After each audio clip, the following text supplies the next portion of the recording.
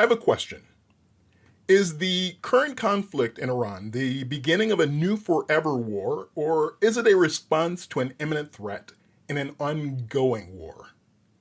If you're relying on the media to make sense of it, you likely believe we're in a new quagmire that could last for years. If you trust the administration or see Iran as a strong and dangerous enemy, you probably believe it was necessary to stop an imminent threat. The truth probably lies between the two, and to determine where, you have to balance the arguments. This video is my attempt to do that. Let me know in the comments how I do and if I have missed anything significant. So, in addition to the danger of a new enduring hot conflict, critics' general complaints are that there's no real plan, there's no real or discernible rationale for the conflict, and we were already in diplomatic talks. The comparison between Iraq in 2003 and Iran in 2026 rests on the success of a swift military strike and a sustainable peace. From the capture of Saddam Hussein to the years of insurgency that followed, the story of Iraq is a reminder that winning the battle is only the first step. Now repeating exactly the same, walking in the footsteps of the Bush administration, except this country, Iran, is 4 or 5 times the size of Iran. The Iranian regime is far more coalesced and far more united than the Iraqi regime was. And clearly this threatens to be a far worse war in its implication for American long-term security and for the stability in the region than the Iraq war. So that could lead to a forever war, couldn't it? If you admit what is obviously true, which is what I said before, which is that if Kamala Harris was launching this war, you, Trump supporter, would oppose it. Okay? But now you're supporting it. Well, now this is what you're allowing to happen, just so you know. You're supporting a war that is, the justification is 10 times more incoherent than the justification for the war in Iraq. I think this is the main problem. I think we deluded ourselves. But we always do this. Same with Iran, Afghanistan. We were there for 20 years, so little girls can go to school. We destroyed Libya and Syria to help human rights. I mean, we always have this. You sell a war as always being in the service of humanity, but you know, you're not supposed to believe this. This is the propaganda part. He said Iran had rejected diplomacy, yet it was involved in diplomacy just a matter of hours ago, and the Omanis were acting as the mediators, and they said more talks were on the table. They will resonate, as will the takeaway, I imagine, for many, which is America uses negotiations as a decoy, as a distraction, as a way of preparing for war. Here are some responses to those criticisms. I've done a lot of work, and I still do, with the military planning process, and I help train on behalf of the U.S. government. I help train other governments on how to use various U.S. military training processes that we employ. It is a very rigorous, I would argue, the most rigorous planning process that is out there. And in that, you have to define the mission, you have to define the end state. And so the idea that somehow we would just kind of wander into this war without U.S. Central Command and all the subordinate commands, and certainly without the Pentagon, having a clearly defined end state just seems rather inconceivable to me. You and I think, probably agree that these negotiations have been for decades a ploy by Iran. They never produce anything good. Right. I think what we learn here is that Donald Trump thinks that too. Who said the negotiations were going well? The Omanis said it, and the Iranians said it. The Americans did not say it. You did not hear that, really, from Witkoff, from Kushner, from Trump. And in fact, you began to get some things in the press a few days ago in the U.S. suggesting, no, actually, it had not gone well. So Trump seems to have the same view of Iran as a negotiator. It's delay, delay, delay. They never agree to anything. And in this case, it seems that they did not agree to anything, even to a nuclear deal. Is the objective the removal of a destabilizing terror-sponsored, nuclear-seeking command structure that has choked its own people and threatened an entire region? Yes, I believe that's it, but not only that. And that's really important. If the aim is limited and strategic, disable the head of the system that fuels regional chaos, then it is categorically different from marching divisions into a country to rebuild that country in our image. Iraq was nation building, okay? This appears at this point to be decapitation and deterrence. You'll notice that he has not dictated that this will not be an Islamic state. Did you notice that? This is not the same as Iraq. Critics also note that Obama had a treaty that stopped Iran from refining uranium. Marco Rubio will address that directly later in the video. They also say that the stockpile was supposedly obliterated. It's not our war, we're only fighting for Israel, and there was no imminent threat. So Trump scrapped a deal we already had in place to stop Iran from building a bomb. Fast forward to 2025, when he bombed Iran to stop them from building a bomb. Iran's nuclear program was completely and totally obliterated. They made it clear, which is why he got very upset when leaks quickly came out that suggested maybe it was only semi-obliterated. Sources telling CNN that according to an early U.S. intelligence assessment, the U.S. military strikes on 3 of Iran's nuclear facilities last weekend did not destroy the core components of the country's nuclear program. President Trump has insisted that Iran's nuclear sites were completely destroyed in the U.S. strikes on Iran. His comments came after a leaked U.S. intelligence assessment concluded that Iran's nuclear program had been set back by just a few months in the attacks. Details of the initial damage assessment were leaked to the BBC's US partner CBS and other media. The briefing was originally reported by CNN. Its preliminary finding is that Iran's stockpile of enriched uranium was not destroyed, and its centrifuges used to enrich the nuclear fuel are largely intact. CNN quoted one official as saying the US set them back maybe a few months tops. Let's listen to Marco Rubio's words. I want you guys to listen to this very carefully, and then we're going to discuss. Here's Marco Rubio. I've been asked is, why now? Well, there's 2 reasons why now. The first is it was abundantly clear that if Iran came under attack by anyone, the United States or Israel or anyone, they were going to respond against the United States. The orders had been delegated down to the field commanders. It was automatic, and in fact, it bared to be true because, in fact, within an hour of the initial attack on the leadership compound, the missile forces in the south and in the north, for that matter, had already been activated to launch. In fact, those had already been pre-positioned. The third is the assessment that was made that if we stood and waited for that attack to come first before we hit them, we would suffer much higher casualties. And so the president made the very wise decision. We knew that there was going to be an Israeli action. We knew that that would precipitate an attack against American forces. And we knew that if we didn't preemptively go after them before they launched those attacks, we would suffer higher casualties and perhaps even higher those killed. And then we would all be here answering questions about why we knew that and didn't act. Going back. So there you have it. Did you hear that? We knew it was a certainty that Israel was going to attack, and we knew that Iran was going to respond with retaliatory attacks to Israel, but also to us. That is quite an admission, because if that's true, then what Marco Rubio is saying is that Israel got us into this war. And I say this as a strong supporter of Israel. The timing of this war was dictated by Bibi Netanyahu. Is America willing to be in this for the longer haul? It seems that the diplomacy was never serious, that it was a ruse. You know, wars of choice are not necessarily bad, but the case for undertaking them has to be high. And I simply don't believe it's warranted. And I don't think, I'm worried that, again, the costs in many ways, and we can talk about it, could well outweigh any conceivable benefits.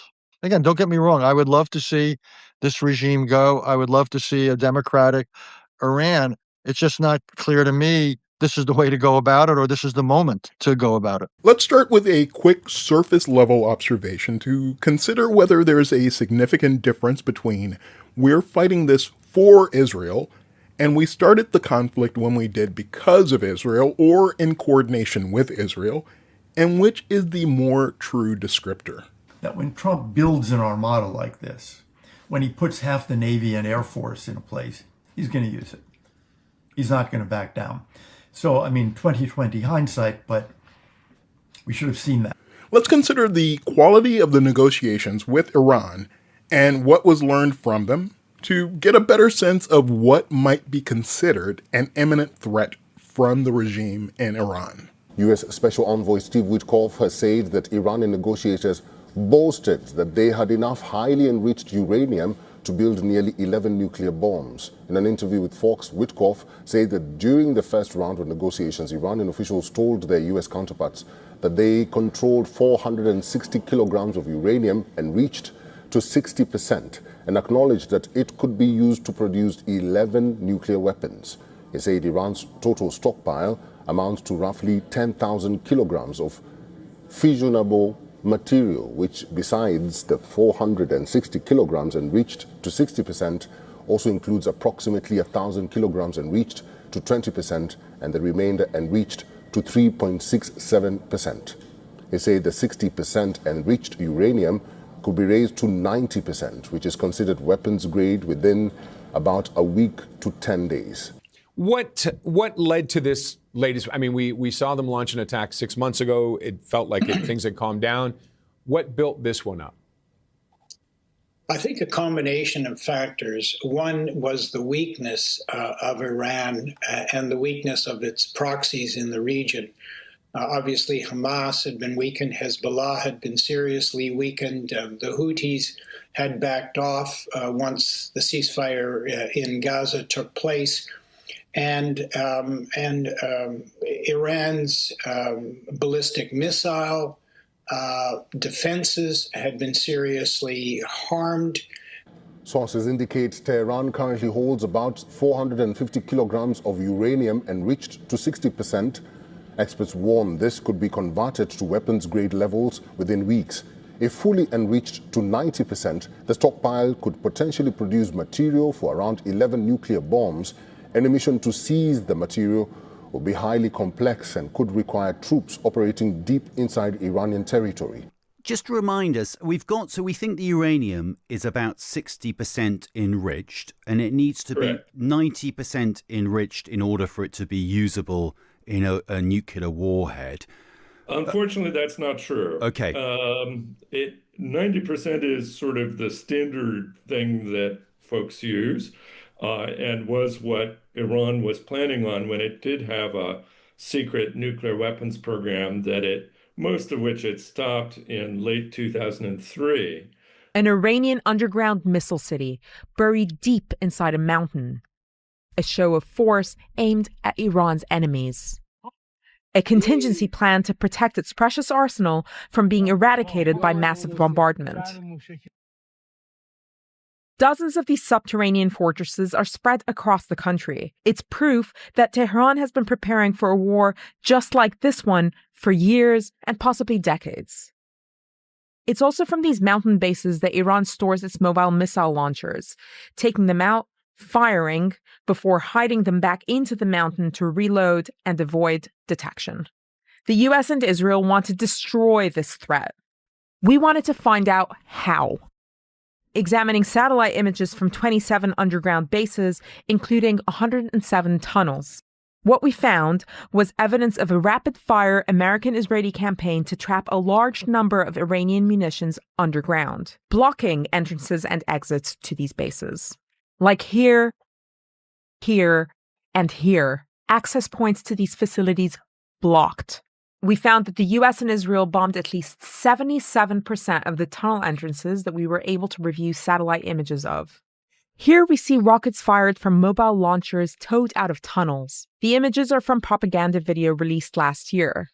We geolocated this video to here, a large underground city with many of the access points ravaged by US and Israeli bombardment earlier this month. So by making this video, they prove a couple of things. Number one, our military has been very effective in what they're doing. Two, it goes to show how this Iranian regime has been able to fool the United States of America and other countries. Because remember, the only person who truly has the level of intelligence about what's happening in Iran would actually be Israel, because they're closer. They actually have placed assets in that country. The United States of America is nowhere near that country. We're on the other side of the Atlantic, right? And so this proves essentially how organized, how effective this regime has been at launching missiles whenever they want. So imagine if they were able to manufacture a nuclear weapon. Here we see huge craters surrounding a tunnel portal. Here, a destroyed rocket launcher and a reddish cloud of highly toxic rocket fuel.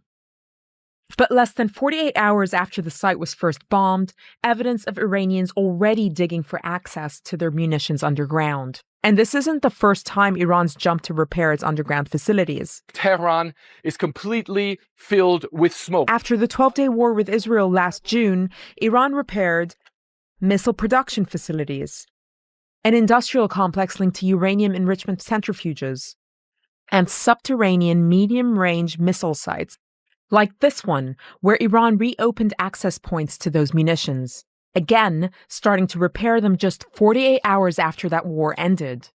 And that last point is the point from the president. They went out there last year to dismantle their nuclear program because we know this country, this regime, refuses to abandon their nuclear program. Now, the people who are against Israel, by the way, in America say, well, what gives Israel the right to have a nuclear weapon but not Iran? Well, Israel is not the country screaming death to America. Israel's not the one who's actively killing American soldiers every year. The attempted attack suggests the reach of Iran's missile capabilities may be much longer than expected, as Diego Garcia is 2,500 miles from Iran. Given that range, more European countries could be at risk of a missile strike. So, some things we now know. Iran has enough uranium refined to 60% to make 11 bombs, according to Iran. We're not clear if they remove that uranium before our raids on their nuclear facilities. They began trying to gain access to their buried military facilities after the raids, which may be even better protected than previously believed. And Iran has now shown that they have developed the capability to fire missiles on targets as far away as Europe. The people saying there was no imminent threat approached the question as a simple yes-no binary. Here is Marco Rubio in 2015 explaining the dangerous trade-offs of Obama's treaty with Iran and the scale of the threat from Iran. Of this deal have already been said. I do want to be recorded for history's purposes before I know what was going to happen in regards to this if it goes through. Iran will immediately use the money that it's receiving in sanctions relief to begin to build up its conventional capabilities. It will establish the most dominant military power in the region outside of the United States, and it will raise the price of us operating in the region. They're going to build anti-access capabilities, rockets capable of destroying our aircraft carriers and ships, continue to build these swift boats that are able to come on us, these fast boats that are able to swarm our naval assets. And they'll make it harder and harder for U.S. troops to be in the region. They'll also work with other terrorist groups in the region to target American servicemen and women. And they may or may not deny that they're involved, but they will target us and raise the price of our presence in the Middle East until they hope to completely pull us out of that region. They'll also continue to build long-range missiles, missiles capable of reaching the United States. Those are not affected by this deal, and they'll continue to build them as they've been doing. And then at some point in the near future, when the time is right, they will build a nuclear weapon. And they will do so because at that point they will know that they have become immune, that we will no longer be able to strike their nuclear program because the price of doing so will be too high. This is not just a work of imagination. It exists in the world today. It's called North Korea, where a lunatic possesses dozens of nuclear weapons and a long-range rocket that can already reach the United States. And we cannot do anything about it. An attack on North Korea today would result in an attack on Tokyo, or Seoul, or Guam, or Hawaii, or California. And so the world must now live with a lunatic in possession of nuclear weapons. And this is the goal Iran has as well, to reach a point where they become immune to any sort of credible military threat because the price of a military strike would be too high. And then they become an established nuclear weapons power. And never in the history of the world has such a regime ever possess weapons so capable of destruction. Iran is led by a supreme leader who is a radical Shia cleric with an apocalyptic vision of the future. He is not a traditional geopolitical actor who makes decisions on the basis of borders or simply history or because of ambitions. He has an religious apocalyptic vision of the future, one that calls for triggering a conflict between the non-Muslim world and the Muslim world, one that he feels especially obligated to trigger. And he's going to possess nuclear weapons. This is the world that we are on the verge of leaving our children to inherit, and perhaps we ourselves will have to share in it.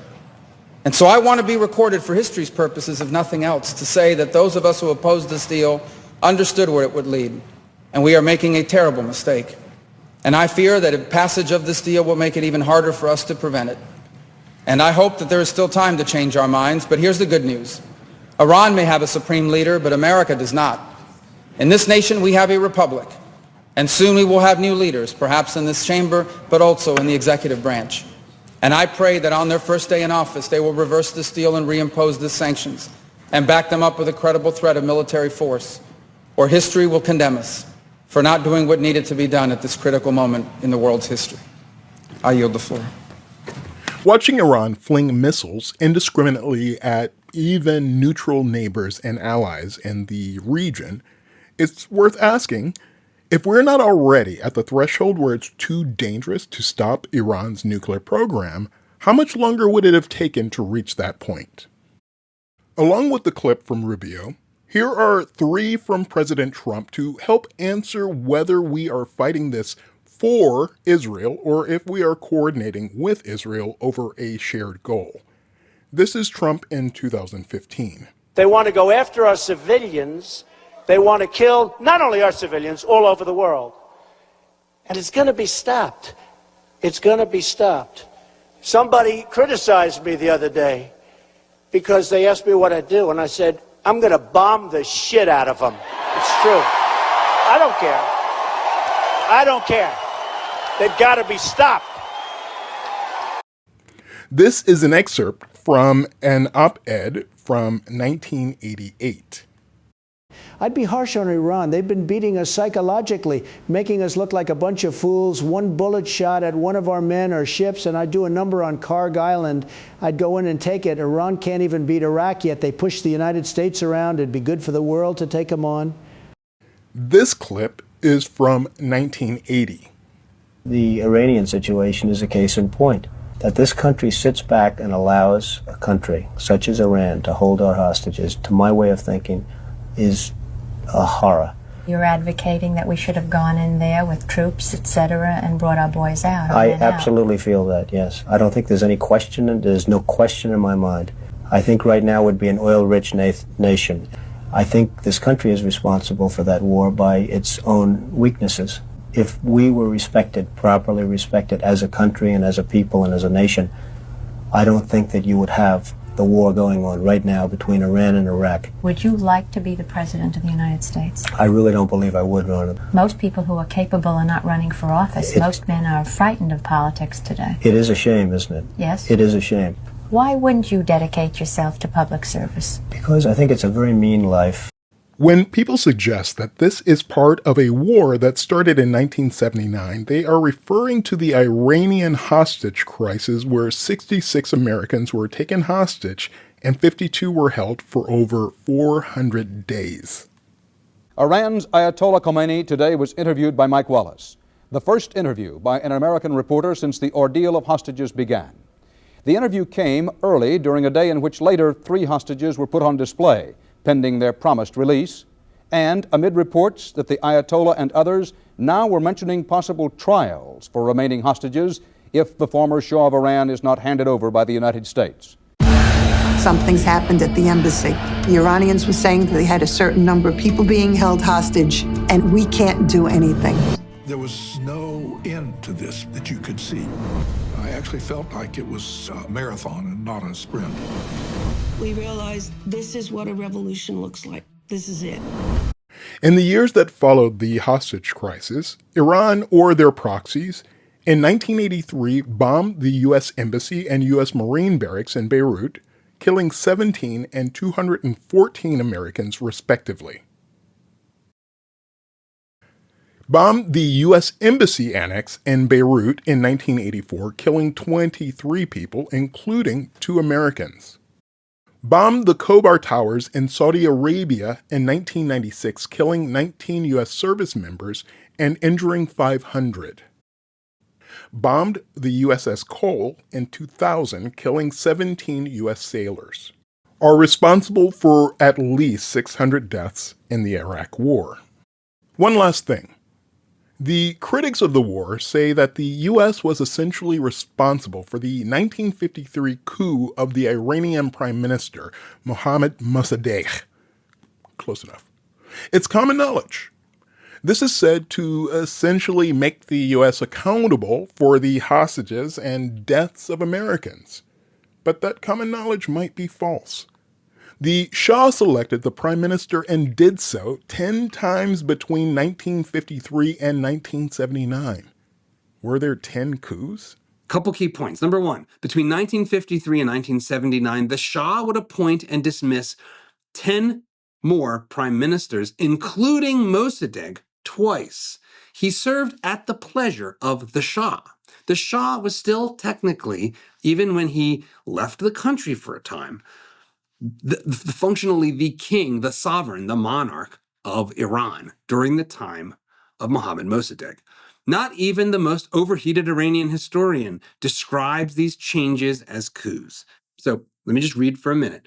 Constitutionally, appointing prime ministers in Imperial Iran was the sole prerogative of the Shah. The Constitution gave the crown, and only the crown, the power to appoint or dismiss the ministers. Article 46, Supplementary Basic Law. The Shah's authority embraced the right to appoint and dismiss the prime minister and ministers. However, over the post-war years, it had become the accepted practice for the Shah to ask the Majlis to express its preference before appointing a prime minister. Mossadegh wasn't great.